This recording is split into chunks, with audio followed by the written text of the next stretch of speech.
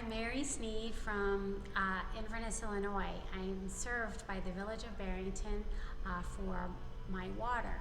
And starting back in the fall of 2017, I was using an excessive amount of water and did not know why. Consequently, I received bills that were out of line for what I've typically paid over the years. However, I was unable to find the source of that excessive usage.